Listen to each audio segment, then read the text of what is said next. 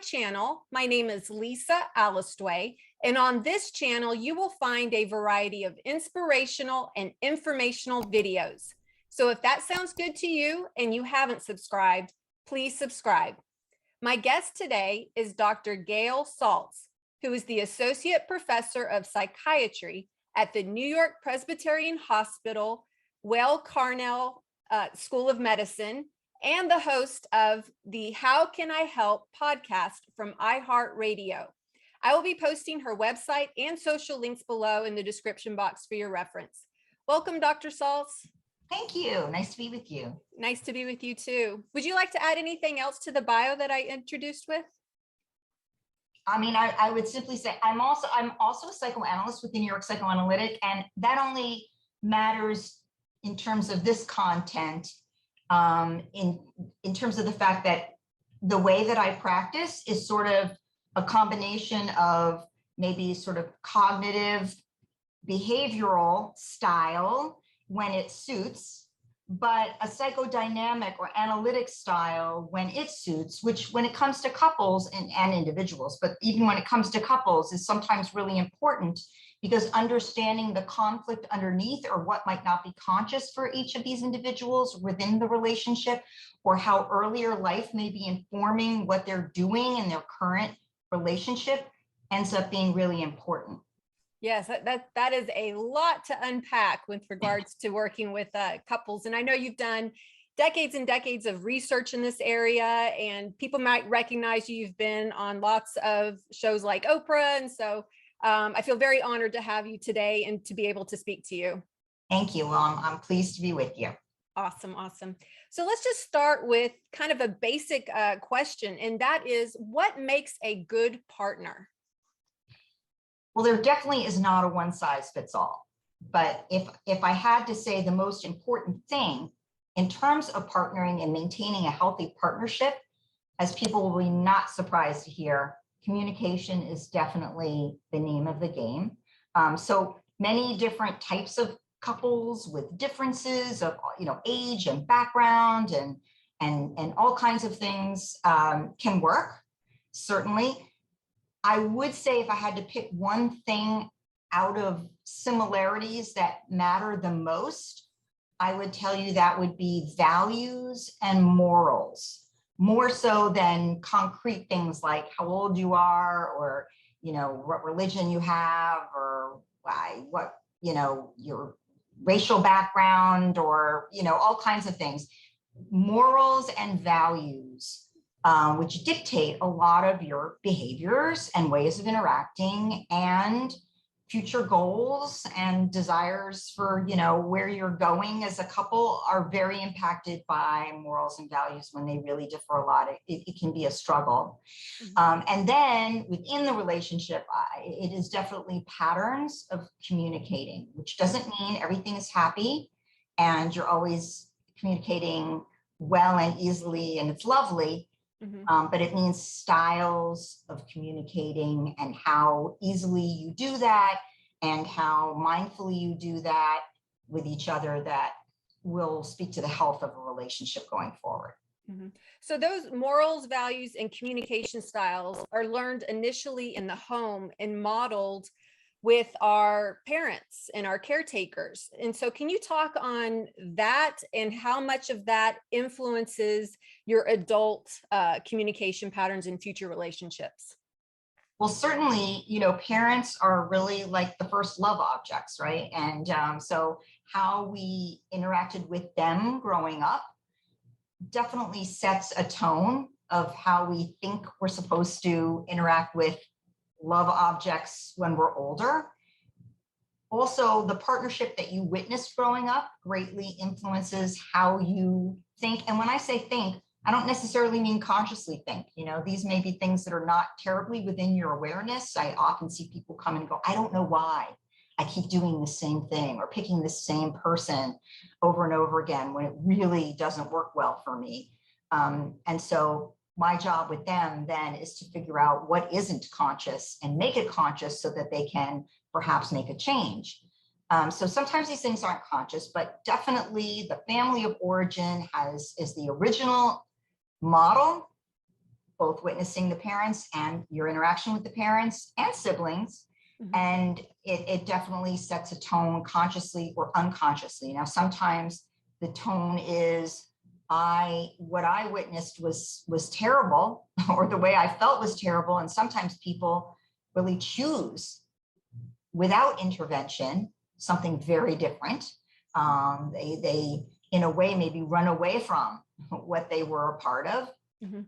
And sometimes, very commonly, unfortunately, a psychological mechanism called repetition compulsion, which is feeling that you were traumatized in a relationship, and that the way to work through that is to repeat it in some way, and maybe with the hopes of doing it differently, but often, unfortunately, there is the compulsion to keep repeating it in the same way.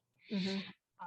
Another defense mechanism that gets applied is that maybe you grew up in a home where there was, physical abuse or emotional abuse, or even, maybe you wouldn't consciously call it abuse, but there were a lot of very negative modes of communicating and behaving that made you feel small and terrible and lose self-esteem. And then it's not uncommon to unfortunately grow up and try to undo that for yourself by basically aligning yourself with whoever was the aggressor in that relationship and doing it to others, which doesn't actually work out so well for you either. Mhm. And you're often unhappy in the relationship as well, but certainly other people leave and aren't happy to be in the relationship. So there's a lot of stuff from early life that definitely plays out for better or for worse in Mhm. relationships. Obviously, the more that you know about yourself, the more that you're able to improve that situation. Yes, I think it behooves anyone to spend some time examining those early relationships with your mother, with your father, because you hear people talk all the time like, I married my father, I married my mother. And a lot of times it's people working out those childhood issues when they didn't have power, because there was a power dynamic with the parents having power. But so later on, you choose a partner where you get to flip it and you get to have power. And so it creates some dysfunction, and you wonder why these relationships don't work. So And yet we're very drawn to those original objects, right? They are our first love objects. So even though maybe it's not working out that you married your father, it can be hard to break, and you might not even want to break all of it, because you may have loved a lot of things about your father, just not the things that aren't working. And so there can be just a really innate draw to the people who are like those people. yes, yes. And how much of your early relationships, for example, if you have come from a family of like generational divorces, like, dad's on his third marriage and, they just keep replacing, boyfriends and girlfriends, versus people who grew up in a stable household where their parents have been married 50 years, are they more likely to find and seek out healthier relationships? Yes. Having, divorce is really traumatic for children. On a trauma scale, it's quite high.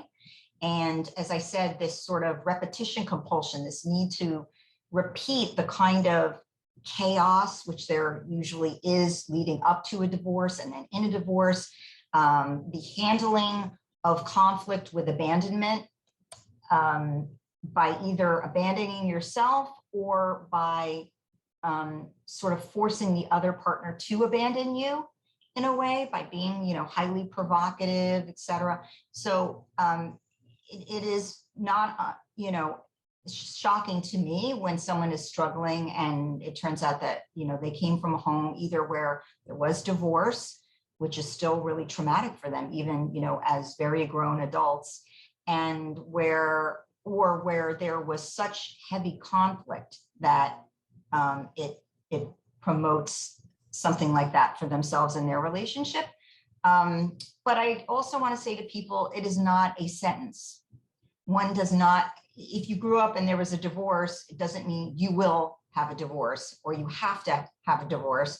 But you probably should do some work to try to sort out how that impacted you, how you can see it now in an adult way, in the light of day, the things that went on, and make conscious whatever it hasn't been conscious for you so that you can do it differently. Mhm.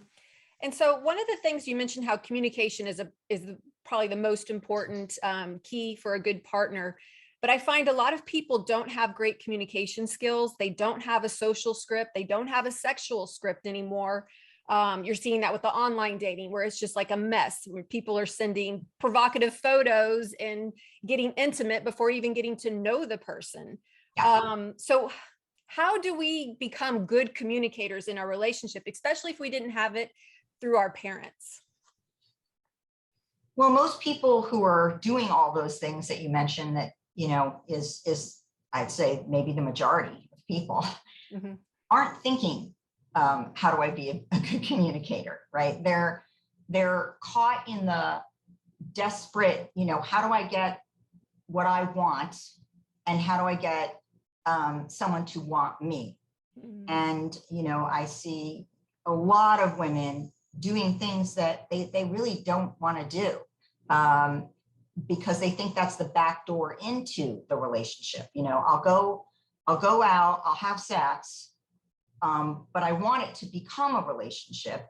And of course it might, but it very much might not. And then and then when it isn't, there's even more of a desperate feeling, like, why can't I find somebody to love me and want me? And that promotes more of it. So it's sort of being caught in a cycle where there's not even a step out to say, how am I communicating? What do I want here? If this person really only wants to have sex, like, is that what I want? And that could be a choice. Like, yeah, I'm just looking for some sex, fine. But if that's not what you're looking for, then really being honest, and that this is what's I'm not seeing a lot of, and what's hard is, communication pretty much starts with honesty, and honesty with yourself. What do you want? And then, honesty with another person. Yeah, I'd love to go out. I should let you know I'm looking for a relationship. I'm not in the market for, just a date or a fling or whatever. Obviously, you don't know, will we get along? We'll have to see what happens. But you should know that's where I'm coming from. Mm-hmm. Once you decide, it's really making yourself aware that you want to be a better communicator, and you can really look at your other relationships, friendships, right? Other kinds of relationships in your life, family relationships. How are you communicating there? Mm-hmm. What has happened? Do you have tumultuous relationships? Do they blow up all the time? Are you like, I'm out of there, they're out of there? That would already be a clue, right? You need some work. You don't have to wait for that romantic relationship, or past romantic relationships, looking at that. But identifying, do you think you're a good communicator? What makes a good communicator? Are you really honest with yourself? Are you then honest with the other person? And, are you aware of the pitfalls? I guess that's what I would say, of communication, because those are the major patterns that people get into that are really hard to get out of, and that usually signal the end of a relationship. Mm-hmm. Yeah, being a good communicator, that entails good listening skills, because I see sometimes people are talking and they want to get their point out, and they're not listening to the other person, and they're not finding the common ground, and they're just going in circles and around the house on certain Such subjects. a good point. Mm-hmm. Absolutely, you're 110% correct. Listening is probably more than half of communication. And by listening, it doesn't mean just sitting there sort of staring off into the distance while someone talks at you.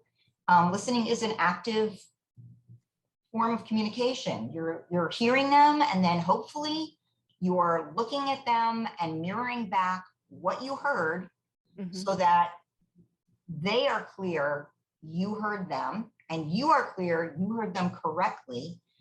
And this creates the kind of empathy that is really key in intimacy, because Mm-hmm. what intimacy is all about, trust.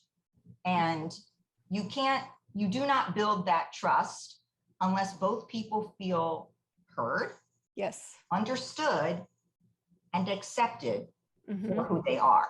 Mm-hmm. So that pattern of communication is, it's on the surface, we call it communication, right? But it's building underneath these building blocks of a really close, intimate relationship. Most definitely. So you've heard the concept, 50-50 or 100-100, like you need to come to the table. And versus, somebody coming with like doing 70% of the work and the other person just sitting back doing 30%. Like those relationships are going to really struggle. What are your thoughts on the 50-50 or 100-100? Like how much you need to take care of yourself and the energy that you bring to the relationship rather than draining the other person of the relationship? When I think about those percentages, I'm sort of thinking about compromise, right? Because some people, 50-50 on everything may not make any sense if one of you likes to or prefers to take care of a certain arena and another one likes to and prefers to take care of another arena. That it's not so much about like dividing everything down the middle per se, but it is about compromise, right? So how compromise is also another, communication, compromise. Like, are you willing to give even when you don't like it, to please the other person? If both of you are doing that, you're both going to be pretty pleased. But if it's one-sided, then probably it will not be a relationship that lasts. And to your point about taking care of yourself, well, certainly, if your well is dry for yourself, you've got nothing left to give someone else either. So it is important that both people feel that they are saving enough to take care of themselves, but also that their partner is invested in their care, that their partner wants to give enough that that other person is being taken care of. If that's really off balance, in any major, if both people are giving 80%, that's fine, because both people are giving 80%. If both people are giving 50%, it's really the imbalance more than the how much are you both really invested in compromising and giving to the other that you both feel nurtured enough. That is, I guess, what I would say. Yeah. Oh, very good. So let's talk about some of the biggest mistakes people make when choosing a partner. Can you touch on some of those? Choosing someone who doesn't have the same morals and values. They may be very attracted because we talked about some of this earlier life stuff, and or it's something that they sort of, it's a piece of themselves that they like, but they don't really have. And so they choose that person. There can be many psychodynamic reasons why they choose someone who has such different morals and values. But that often, choosing someone that different in that way. Dishonesty. So, somebody who has covered up pretty well who they are, and, someone who is maybe exceedingly narcissistic, can put on a quite charismatic show, and the other person just doesn't realize what they've got till they've already got it. And so that I see, unfortunately, a lot of that. Someone who doesn't tell someone that there's a history of abuse, a history of money issues, a history of, the dishonesty can lead to a getting together that is ill-fated ultimately. And then the longer they go, the more they're dishonest, and it usually doesn't turn out well. And there's no way I can tell someone how to be sure to be able to unearth, someone who's really invested in lying to them. But sometimes the flags are pretty red, and someone just doesn't want to see. Yes, that's something I see. Like if you are coming into a relationship very naive, very green, maybe you've never encountered somebody with narcissistic personality disorder or a sociopath or a psychopath, and you might just be, charmed by them. You may not recognize those red flags. And so, but after you've encountered and been with somebody like that, it changes you forever. You know what to look for. And one of the signs I see is they like to rush the relationship. like right off. They like to tell you their deep, dark secrets and get you trauma bonded to them. And they want to, get the relationship, nailed down without even getting to know you and get you hooked in. And so huge red flags for those type of partners. Absolutely. And unfortunately, I think often people who are drawn to that become also so invested in like, this is the one, that they don't want to see the things that are going on that might make somebody else go, well, that doesn't really go together. That doesn't fit. So it's hard. You have to, sort of be willing to sit with your own, how do I nail this down? To give it time, to let it unfold, and to see the things that maybe aren't the best, which is hard because often narcissists choose someone really very insecure.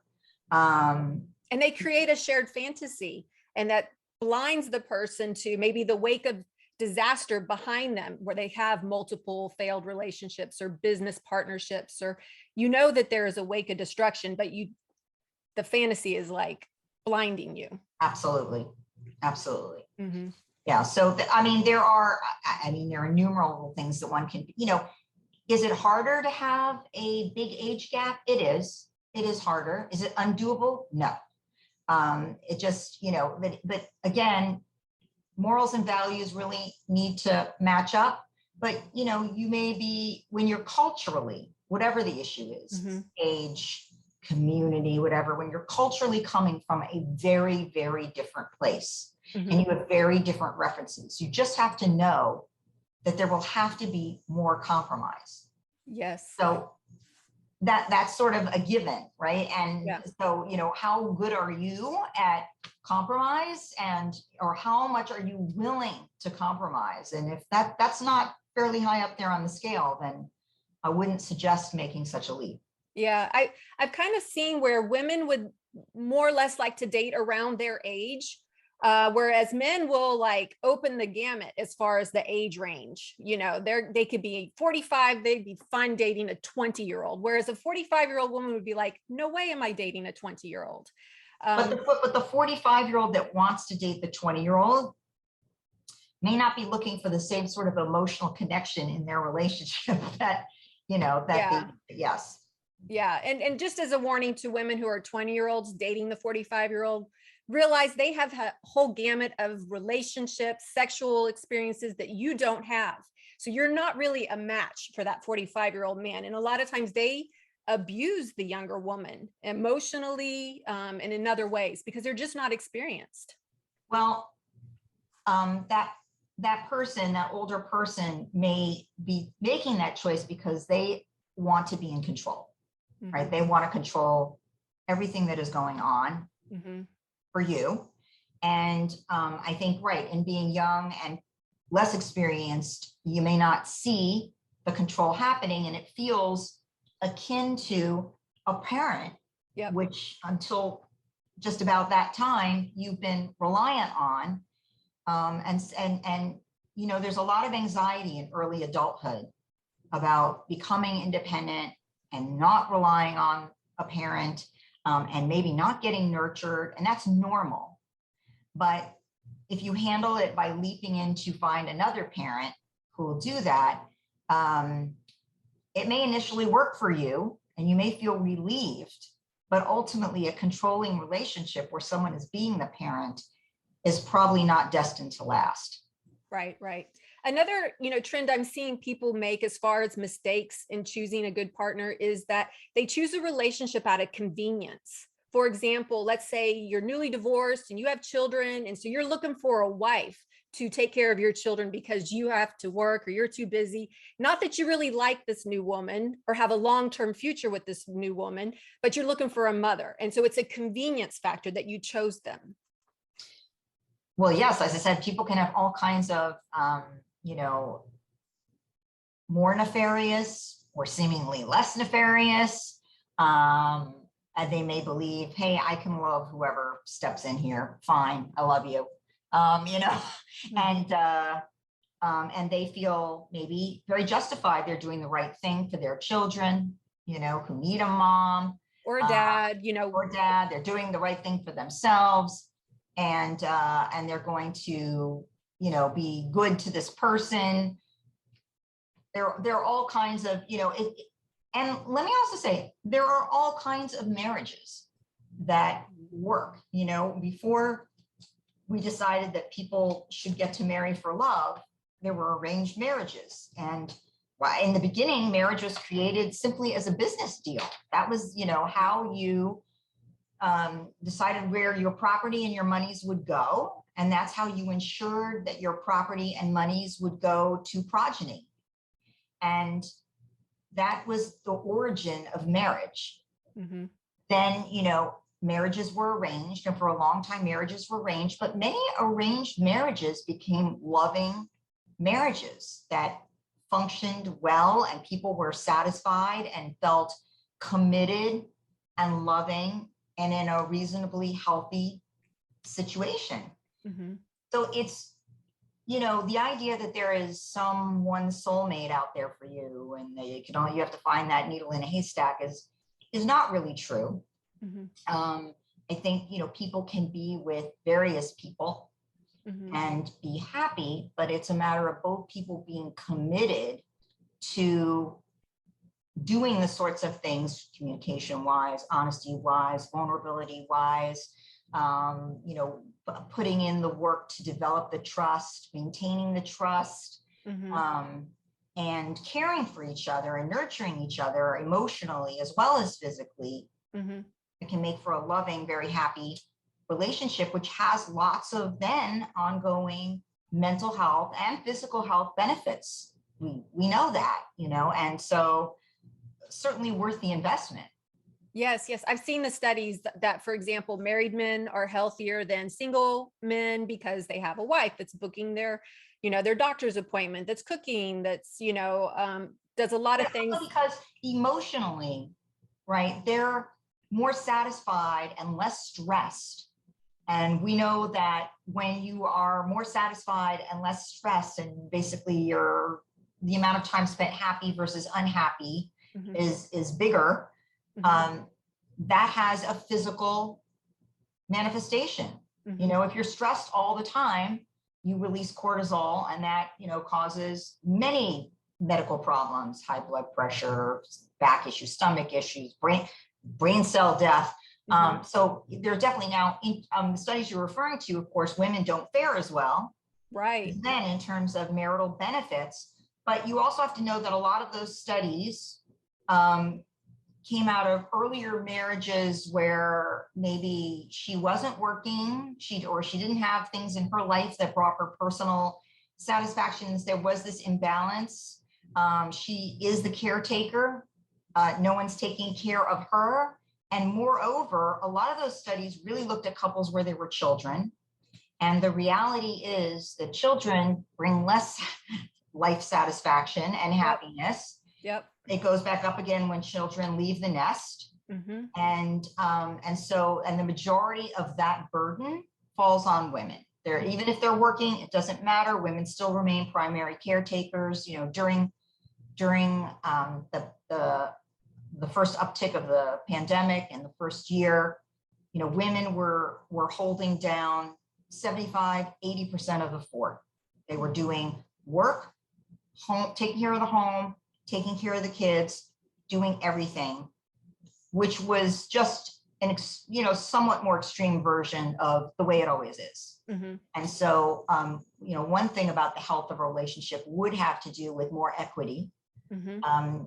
There's no question that women are more satisfied and happier in relationships when there is more equity. Yes. And the equity doesn't, as I said, doesn't have to all be the same thing. You don't mind taking out the garbage, fine. You be the garbage taker out, or I'll be the whatever, credit card balancer. It doesn't have to all be the same thing, mm-hmm. but it does have to have some equity involved in it.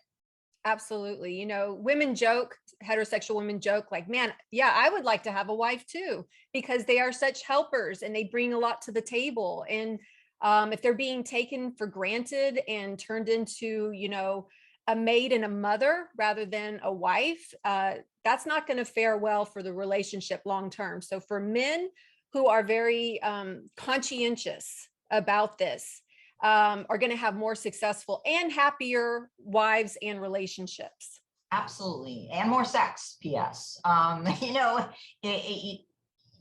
one person becomes resentful and unhappy and exhausted all the time, they don't want to have sex, generally speaking, which usually makes the other partner pretty unhappy. And so it is, but I will also say this though, it is kind of about choice, right? It's division, but choice in the division. So, it's not always, oh, you have to be the mother. A lot of women want to be the primary caretaker. They want to take their child to the pediatrician. They don't want their husband to actually be the one to take their child to the pediatrician. And he might be very willing to, so it's how do you divide the labor that both of you have sort of maximal satisfaction and sort of a more even division.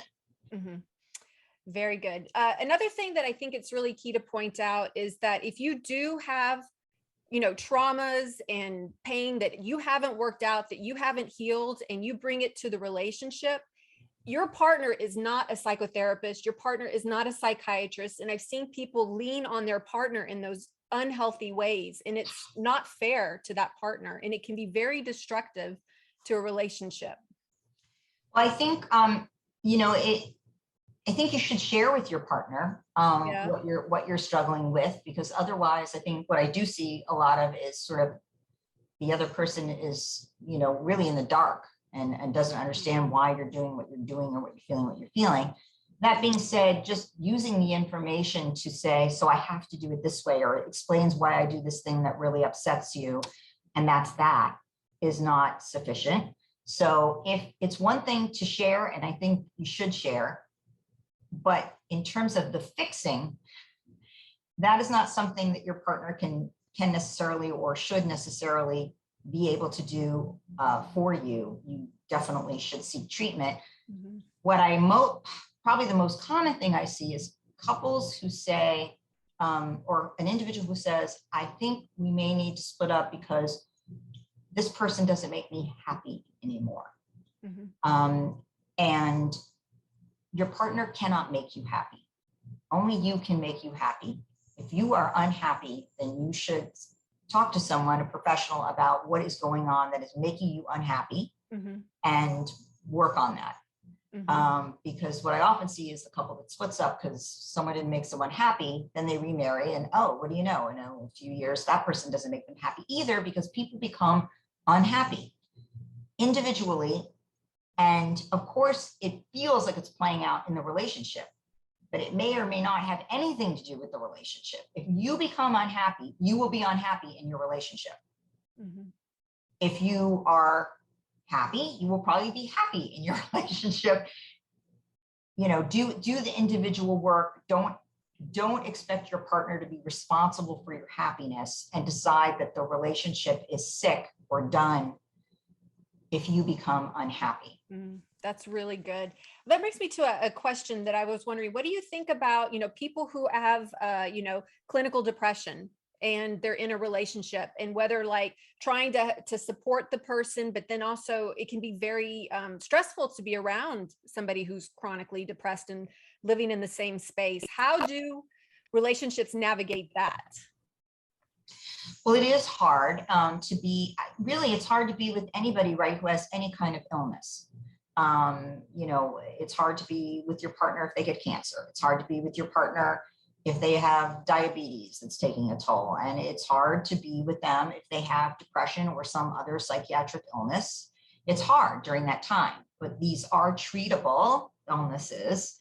And that's really, so what's hardest and also not terribly functional is being with somebody who's clinically depressed and refuses to get care.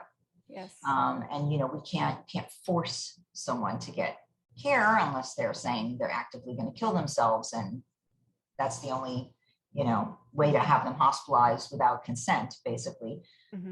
And that won't work. Really, you need the person to be willing to get care.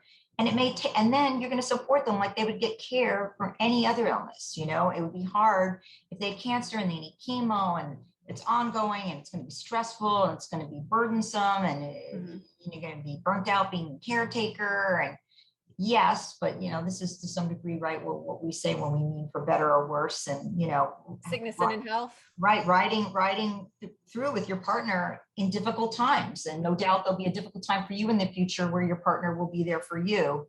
You know, this sort of brings up and by the way, I think when a partner doesn't feel that they're supposed to fix it, when they know that they can't really fulfill that role, then it's less difficult to be with the person who's depressed, you know, because a lot of that difficulty comes out of the feeling of like, I have to make this better. And every time I'm with you and you're depressed and I'm not making this better, I'm a failure, which feels horrible. And and then that person is like, I don't want to be sucked into being depressed too. That is a lot of the dynamic that goes on. So understanding you can't fix it for them. They need to go for treatment to get better. But you can be nurturing and be supportive and be there with them and sit with them. You can't fix it. Right. And so I think that does help when a partner does understand that. It also makes me think of another common reason people come in and say we're going to split up is because like people who come in and say, I love them, but I'm not in love with them anymore. Classic.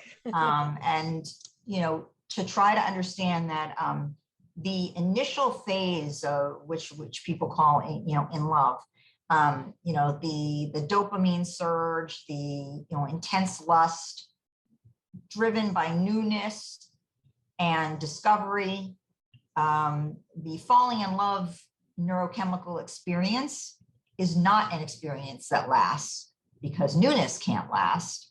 And there will be ups and downs, and that, you know, partnership is not about that new experience. It's the person who is always in search of that experience will just be destined to keep having, you know, new relationships that just are new and then end and new and then end. But so if you love someone, that's sufficient. Yeah. And so yeah. it's really key because, you know, love can be an addiction, and it's that addictive quality that people are seeking out. It's just like a sugar high. You know, you eat that piece of cake and it feels good, but then you have a sugar crash. You know, it will come down, and just like in any relationship, it ebbs and flows. It goes up and down. Unless you understand that, and you have a dysfunctional mind around relationships, and you're addicted to just the butterflies, it'll never work. Right. And you know, I do help couples, you know, who are in search of increasing the intensity of their bond, and which would feel more to them like the early days.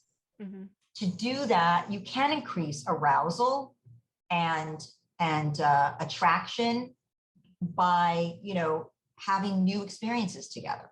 So making something else in the experience new, not the other person.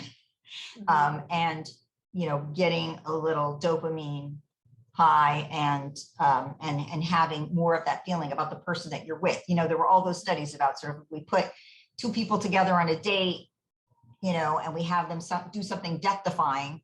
Yeah. Like jump out of a plane together. Yeah, to freak them out, and they're highly anxious and their sympathetic nervous system's on overdrive. So they're highly aroused, neurologically speaking. And it is very easy to, you know, from a researcher standpoint, I would say mistake that feeling but, you know, experience that feeling as arousal for the person that you're with. And couples who do have history can do that together. Absolutely. Yeah. You got to watch out for boredom that can happen in long-term relationships, because you're like, it's you again. It's the same old person, same old body, same old jokes, same old story. That can happen when you've been with somebody for decades.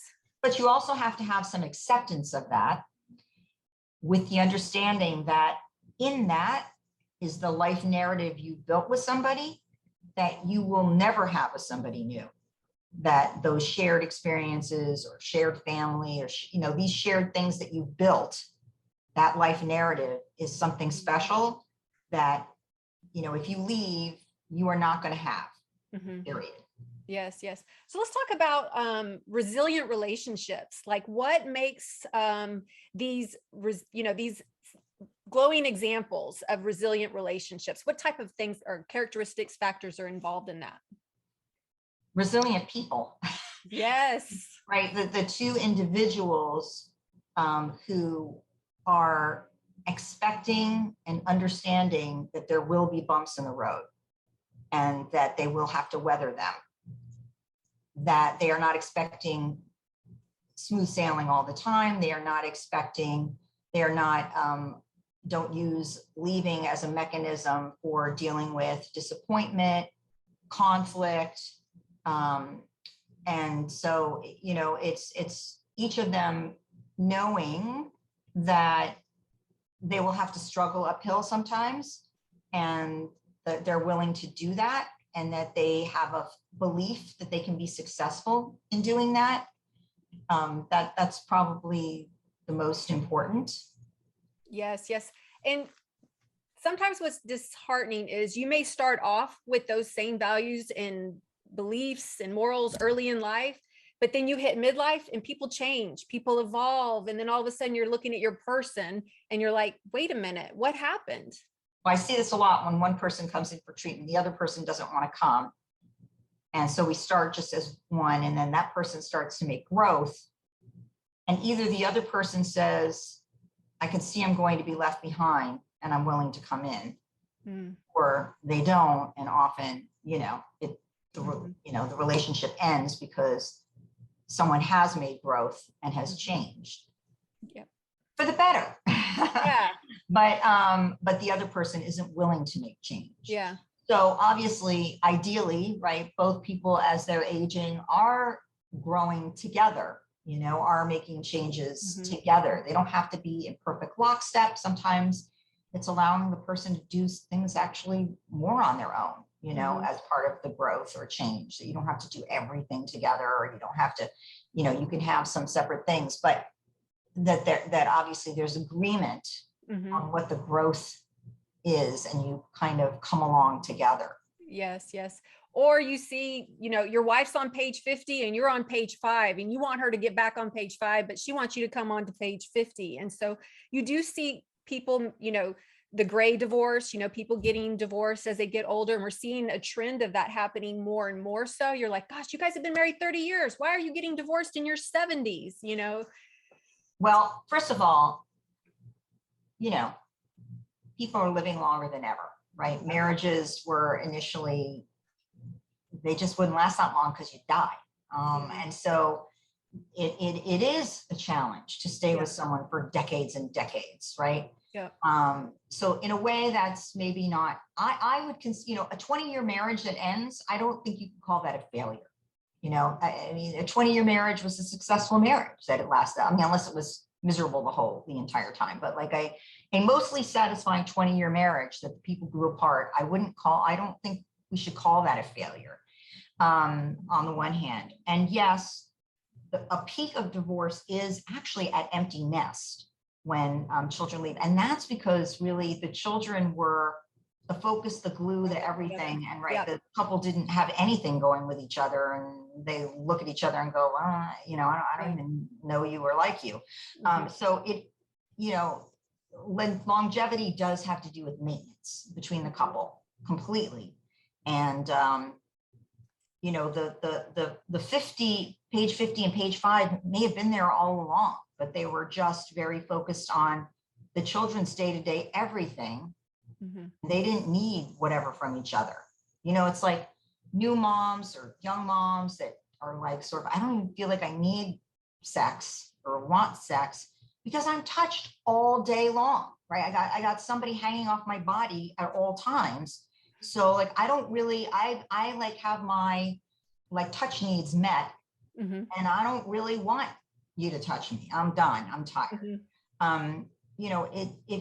If you are having your needs met, your children are your friends, they're your confidants, you're invested in them, and you're not invested in each other, then when they go, you're at risk. Yeah, yeah. I've heard like, and this could be just a trendy topic, that people like to throw around the 5 languages of love. And they're like, oh, my language love is physical touch and they don't touch me enough. So we should break up. What are your thoughts on that, using that as a tool, or is it just too simplistic? Well, no, I think it's fine. Whatever dialogue you want to use, is fine. I mean, that became very commercialized, and but I look. There is something to. There's no question that it matters that your partner know what matters most to you, right? I mean, we're talking about honesty and we're talking about communication. So that your partner intuitively understands. So I see this all the time, right? A wife who says he just wants to have sex. It like doesn't even matter if I'm there. Like I could be a hole, and that really is upsetting to me. And really, for his part, and this is commonly the case, the sex is the intimacy. You could not just be a hole. He does feel like he is connecting with you when he is having sex with you. And for you, it doesn't make any sense because to you, it doesn't feel that way. It feels like you're connecting when he's listening to you and you're talking and having an in-depth conversation. But if you don't know that about each other, if she knew that for him, those sexual acts are intimacy and he feels deeply connected to her or more connected to her when he is doing that with her, she would feel very different about having sex. And so it does, it's not, the language of love does not sound like, she should just know that he likes sex and give him the sex, because that would be his love language. And I'm just saying it goes like further than that. Why? What does it mean? Why do these things comfort or nurture or please your partner? And if you know those things, then it will matter to you to provide or, increase the intimacy and the bond or maintain the bond by doing some of those things. Mm-hmm. Yes, yes. Another thing I hear a lot of times people talk in relationship terms is the 4 horsemen of, the apocalypse, criticism, contempt, defensiveness, and stonewalling. Can you touch on those and how those are detrimental? Yeah, I think this is really important, actually. That's the work of John Gottman, and he did originally in the Love Lab. And I do think that really, unfortunately what happens is, right, a lot of couples come in for treatment after they've long, too much water under the bridge. And usually the water is in the form of these negative styles of communicating. Once you have contempt for your partner, it is really hard to walk it back. Even a therapist will have you come in and you are already in the eye rolling phase where just you either literally are constantly rolling your eyes or in your mind, you're rolling your eyes at just about everything your partner says. It's very hard to undo that. And at that point, I often, therapist is often just a stepping stone to having as healthy a divorce as you can have. The first inkling of some of these negative forms of communication, sometimes some of the others you can work on repairing, pointing out, okay, you are defensive. Every time your partner says to you, this bothers me, you are rationalizing why it should not bother them. And that means that they can never communicate to you something that they're asking for change. And does it mean that you have to line up and do everything they say? No, that's what often defensiveness is about, the fear that it will mean that. But that if you can't even hear it and make clear you did hear it and you're thinking about it, then you're not communicating. So things like defensiveness, criticism is a huge one. I'm often talking to couples about, like, instead of saying you, whatever it is, fill in the blank, really try to go with I feel and how whatever made you feel. Even that tiny, tiny change can make a huge difference in the patterns of communication. So criticism, bringing in the baby with the bathwater, I started out criticizing X, and now I'm saying everything, you always did that. or remember the time in the past when this, that, and the other thing. That generally never goes well. Yeah. And, you know, it's hard, but like always keeping in mind before you open your mouth at the end of the day, you love this person. You don't really want to make them miserable, but you want to say that something isn't working for you and making you feel a certain way. So that requires, as part of the communication, getting in touch with what you are feeling so you can explain how it's making you feel. What is stonewalling again? Basically, any form of no, I don't agree with that. I didn't hear that. I'm not responding to that. I'm deflecting. I'm criticizing in response. I mean, it's just as it sounds, you know, just, I am not going to acknowledge what you are saying. And I'm going to put it off. Put it off could be, you know, I deflected it. Putting it off could be, I didn't hear it. You're wrong. Yeah, and that's obviously, you know, not communicating. It's not communicating. But the most difficult one is contempt and disdain. Yeah. And if you even enter the earliest phase of, oh, I'm rolling my eyes at what you just, you know, or I think you're a moron, in my mind, start getting help. Yeah. Because if you let that go, you're probably not going to stay in that relationship. Yeah. Yeah. The contempt's a big one because like people could have broken trust, betrayals, lies, money issues, that, you know, adds up over time. It's compounded and it just like builds up and the person doesn't even realize they haven't forgiven. They haven't worked through those issues.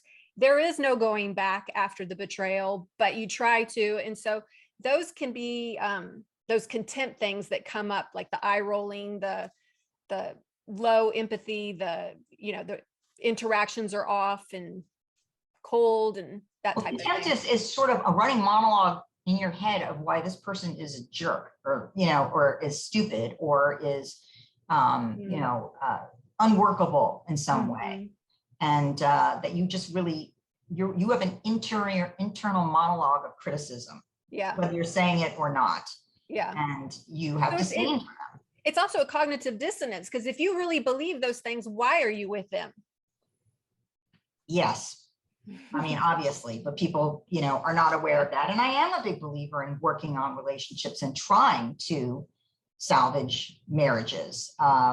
It's just a matter of, you know, getting there early enough that you don't have years of ingrained, you know, negative communicating and the kind of hurt that's just really hard to get over. As you said, you know, you can forgive, but you're not going to forget. Oh, never forget. So, you know, trying to head it off before too much has happened that you will not forget. Yes. So we're getting here to the end. Do you have any like final valuable advice for people on choosing a good partner or having a healthy and happy relationship?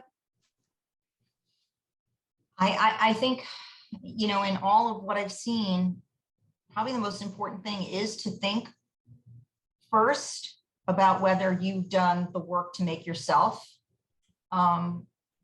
feel good about yourself, which your partner can't provide for you. Because as I said, if your well isn't full, it's really hard to give to someone else. And then, you know, the willingness to decide that partnership is worth it to you to be resilient and overcome obstacles as they come up, because they will come up, and to know that marriage is not for everyone. You know, I think more and more, obviously, people are not getting married because some people are deciding it's not for them, and that's okay. It is not for everyone. So I think if you're thinking about why you want to get married, you know, why you want to stay with somebody, and if you're willing to do the work to do that, which has a lot of benefits, but it's well suited for everyone. Very good. Well, thank you, Dr. Saltz, for coming on my channel today. My pleasure. Thanks for having me. Yes, I thoroughly enjoyed it. And I hope it helps somebody that listened and got, a pearl of wisdom out of this that can help them with their, mate selection and their relationship goals. I found there was a lot of useful stuff here today. Great. Thanks so much.